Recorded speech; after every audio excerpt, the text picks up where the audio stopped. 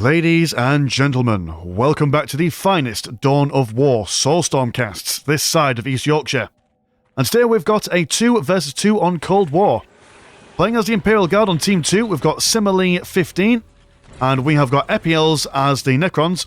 The opposing team, we've got D-Star as the Sisters of Battle, and we've got Gaming as the Dark Eldar. So we are on Cold War yet again. I do quite enjoy this map. It's got huge potential for lots of combat in the middle. I mean, realistically, whichever team can hold both these relics is in a really good situation to win. I mean, if you've got one of these relics, then you're basically right on the doorstep to start assaulting their natural strategic point right outside their base. And if you do it at range as well and avoid this negative cover around here, you're golden, basically. So we've got Sisters and Dark Eldar. Plenty of opportunity to mess around with the morale of their opponents, which the Imperial Guard might struggle with, especially in the early games with their 100 morale point units. They are going to stick a heavy bolter smack bang right here for defensive purposes, which is quite cool. Necrons, obviously, they're going to be struggling first point, as, I mean, it takes them a while to get set up. But once they do, if the Imperial Guard and the Necrons can survive the initial early game, I reckon they'll be ready for anything that these guys can throw at them. You'll see some Seraphins moseying on out. And are we going to see a dive? No, we're going to see a Hall of Blood, so a Archon from you.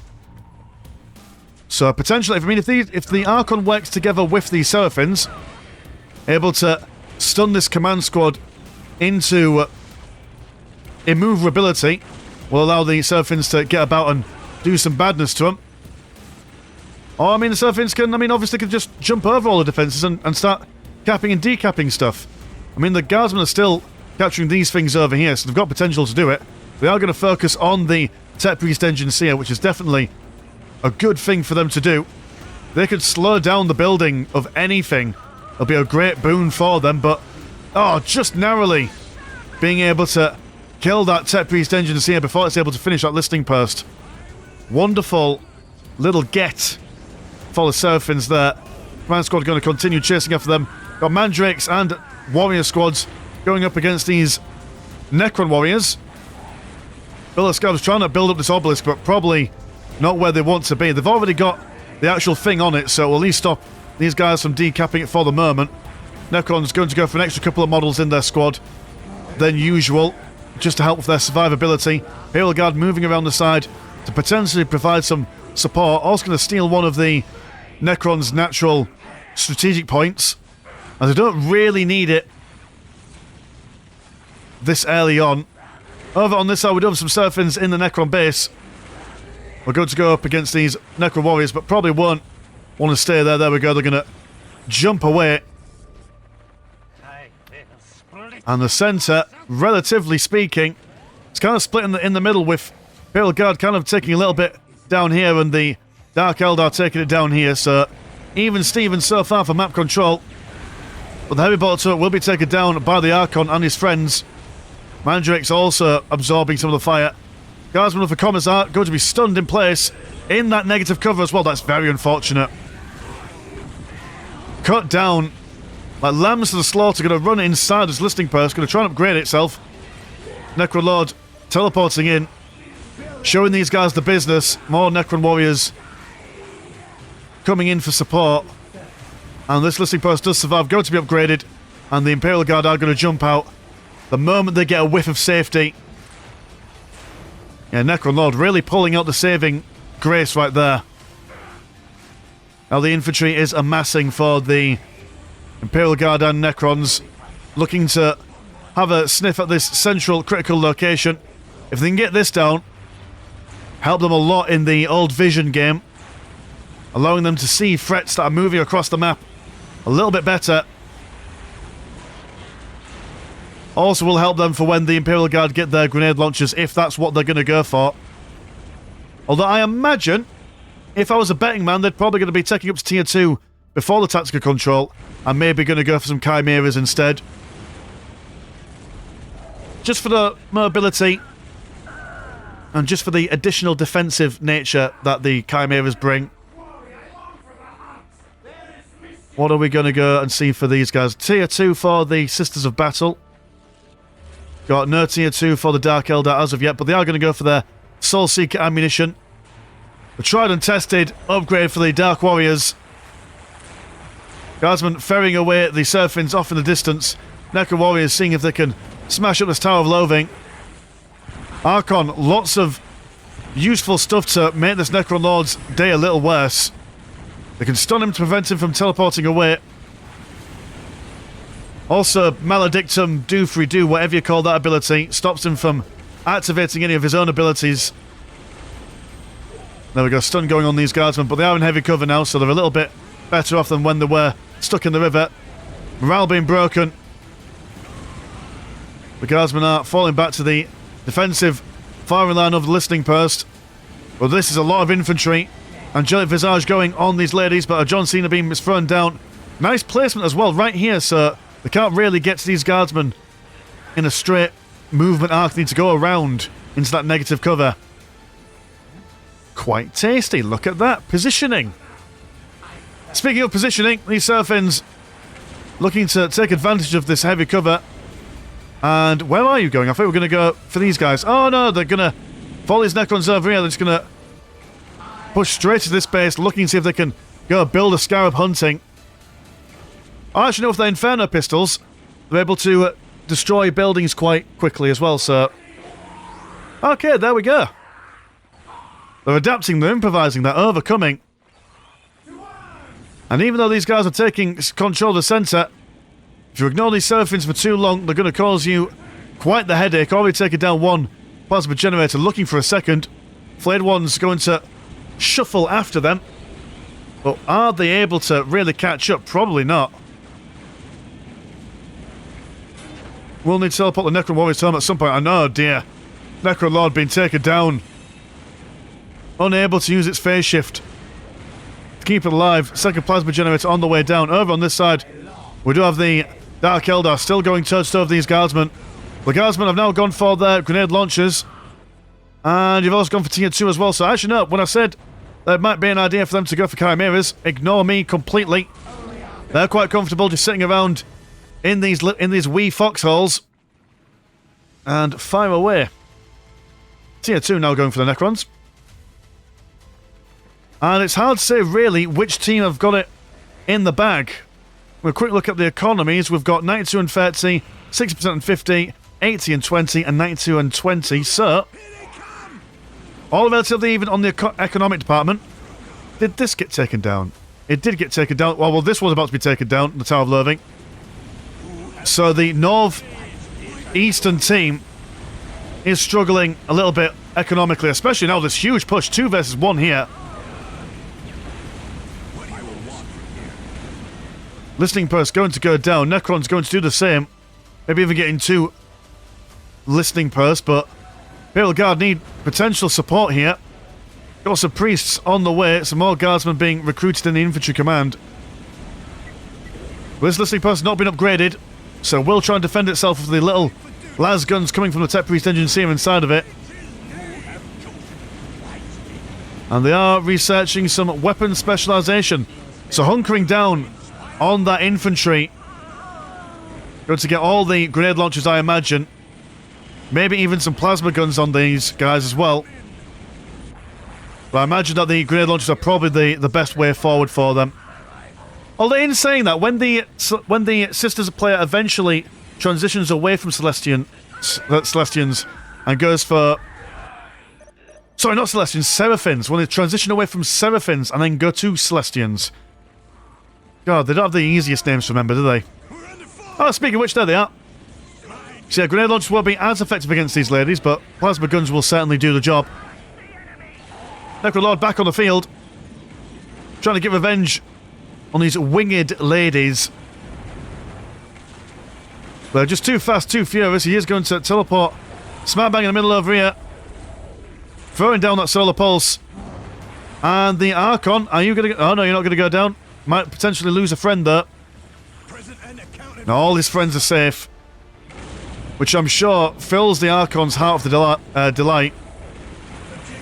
Double Necro Warriors teleporting in, losing another plasma generator. These Seraphims, these Seraphims worth their weight in gold. Do have a morale upgrade for the Imperial Guard. We're not really seeing the souls being used by the Dark Eldar, sadly. Which would certainly have helped them earlier on. Then again, they were buying a lot of stuff, so I could understand. Got a witch squad in the ranks. Big Dark Eldar shenanigans here. Drugs as well. Guardsman's unable to respond. Got a lot of Necron warriors around their flanks. Don't do a good job at fending these guys off, but the Celestians decided to engage in close combat. Which they're quite decent at. Never underestimate a Celestian with her chainsword when she's up close and personal with you. Imperial Guard forming multiple layers of fire. Going for their 5 grenade launchers. Going to try and keep their distance away from these witches. No matter how good they look in spandex, you just can't get too close. They'll break your heart as well as eat it and slice it and do all other nefarious Dark Eldar stuff. Confessor on the way out now. Now this guy's going to be a real problem for the Guardsman if they're not careful about his smiting, confessing ability, whatever you call it. Lethal damage against anyone caught in its AoE damage field. Thermal plasma generator being built up by the Necrons. It would be great for their economy if they can keep it online. There we go, a big blast. Wiping out those lads over there, but the priest surviving quite well. There we go, priest on priest combat. Not really effective. You can't scare a priest by saying bow down to the Emperor, because it's kind of what he does on the regular.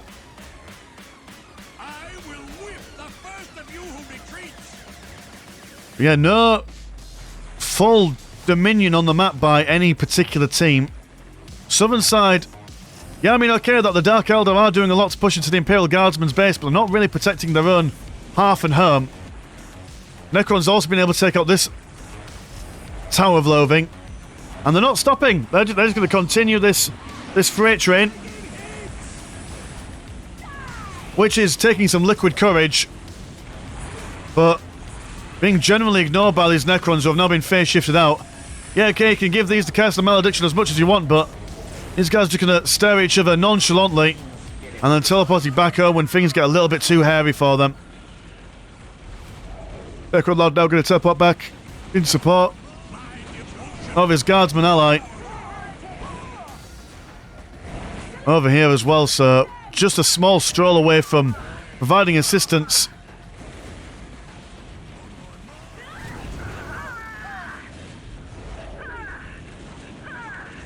And these Guardsmen, now the numbers, I mean, what is there? There's 14... Oh, God. 24... 33. There we go. Quick maths. That's a good chunk of human bodies to cut through. But if anyone's able to do it, it's going to be the Dark Eldar and Sisters. John Cena Beam coming down here. Nowhere for them really to go. If they start pressing up here, it's quite a narrow choke point for them to assault. We'll get that decap on that strategic point over there.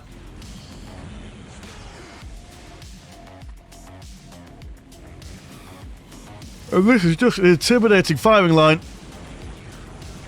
Like long lightsabers. It's Necron Lord phase shifting out of existence once again, so absorbing a lot of the firepower. But Confessor Smite going on down here. Yeah, it's just lethal every time you see it. An organ grinder, if ever I've seen one. And the Necrons taking command of the central point down here. Although while that's going on, the Dark Eldar are reaffirming themselves on the south side. It's like a game of whack-a-mole. So if there's no winners... At least there might be a winner. Someone might win this game, who knows. Never seen a draw in Soulstorm before. Necrons with double disruption field upgrades. A mean customer went en masse. Over on this side, it's not looking too pretty for the Imperial Guard. Dark Eldar using their BME can't see me juice from their grenades. Dying in agony, screaming with the opposite of delight as those witches lick their lips and shake their hips in melee combat. Celestians holding the line quite nicely in the heavy cover. Angelic Visage giving them an extra top up for attacking, but this Confessor also increases their overall DPS as well. That's something to keep in mind.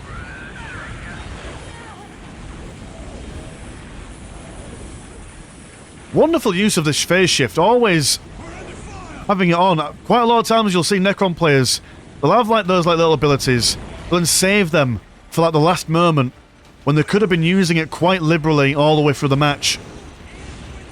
Do now have a Basilisk out, so we're great for the infantry heavy compositions for both the Eldar and Sisters.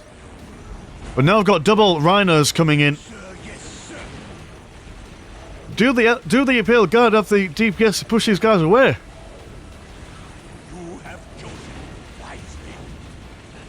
Seraphin's looking to get some shots off from the flanks. Chaos Machine Spirit off on this Rhino as well. And we're going to see another Basilisk. Interesting. I assume the Imperial Guard player is quite confident that the Necron ally will be able to take care of anything it's not able to. Got to build up another Tech Priest engine, see it. Cena Beam coming down, and the witches are going to try and circumvent that by engaging in melee combat. Another dosage of the good stuff injected straight into the fight. Like an EpiPen of goodness. Maybe that's what the Dark Eldar are. Maybe they're not evil, they're just diabetic. Got some heavy weapons teams on the way for the Imperial Guard. And we do have a Chimera. There we go. The Chimera is what you want to get. If anything, just to hold the line just for a little bit. Necron Warriors walking around trying to get any of these Celestians down. And the Rhinos come out. Which is interesting. Not going to stay in and do any more assaulting damage. They're going to rely on the Archon and the Witches to finish them off. But now I'm not sure. Yeah, they've killed all the Basilisks, which is great. We need to start attacking that economy. Necrons over here got loads of targets. It's duck hunting season, or rhino hunting season, shall we say. Taking one down, now turning its attention to another rhino in the negative cover over here. Let's have a look at the economies. 101 and 59 and 60% and 99 compared to 102 and 60 and 116 and 29. Looking at it from the Sisters' point of view. So yeah, not bad economy all around. And the constant harassment from the Necrons, keeping these Tower of Loathings down to a minimum number for a good chunk of the match, are doing them quite well, but now it's getting a bit more difficult. I've got some pariahs looking to see what they can get involved in. John Cena Beam coming down a little bit further forward. If anything, just to act as a deterrent. Some Warp Beasts now. The Necron Lord teleports away quick as you like. No dramas for him. And now this Obelisk is going to be feeling the bad touch. Warp Beast looking to get their Beastmaster ASAP. Obelisk throws out one last baleful bolt of green before it's then cast back for whence it came.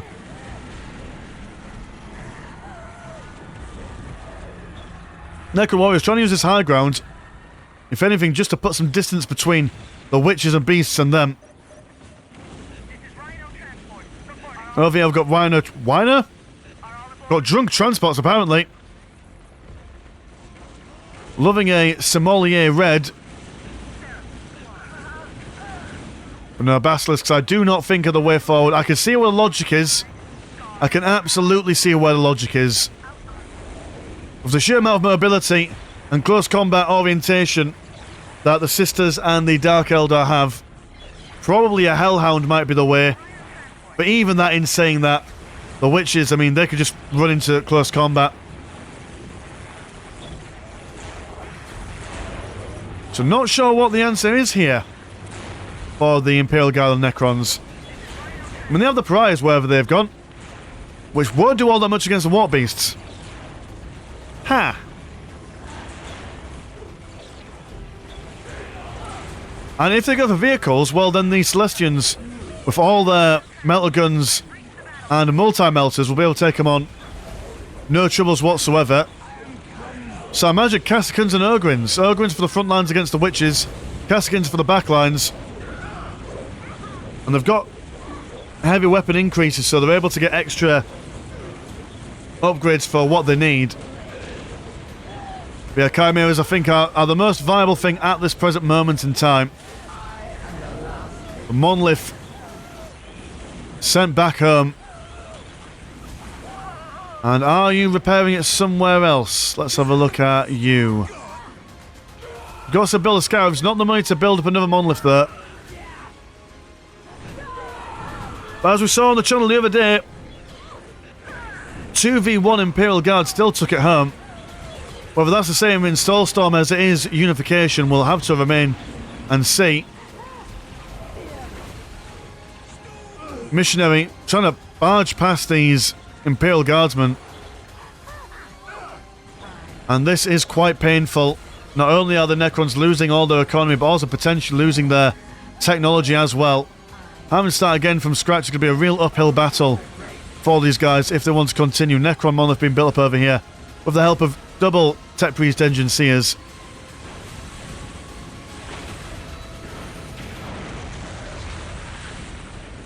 Ryan has been taken down by the heavy weapons team equipped with a las cannon. Keeping that base safe and secure, but for how long? Oh, we do have... What are you? You are... Oh, pariahs and stuff. You've killed the Eldar HQ and... Oh, Jesus. Look at that. That's what we want to see. A quick turnaround.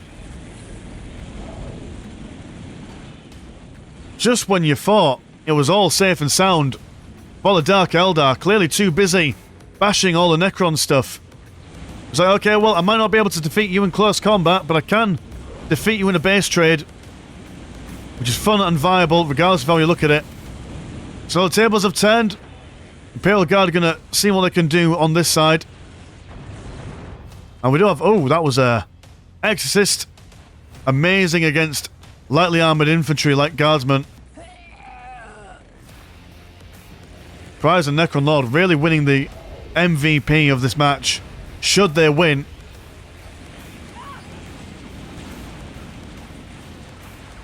It's not all over till it's over, but it's not looking all that fresh. Basilisk goes down. Sisters of Battle thinking that they've probably at least taken out the Necron player, but he's still got his Monolith on the way. And Necron Warriors, man, I mean, they're free. So even if you've got no economy, you can still contribute to your teammate by building up 1 million Necron Warriors. And yeah, reinforcing the numbers isn't free, but...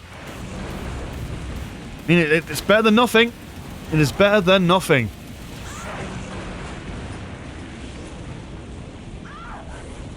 One lone Imperial Guardsman been burnt to a crisp.